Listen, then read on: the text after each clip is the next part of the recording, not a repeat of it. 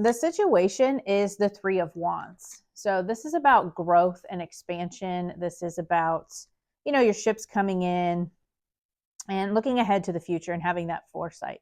So this can be about a relationship. This can be about like your career. This can just be in general, with your spiritual practice or your spiritual journey. I feel like this is just about you looking ahead to the future and wanting to grow and expand in all aspects of life, right? And you're ready for progress and growth.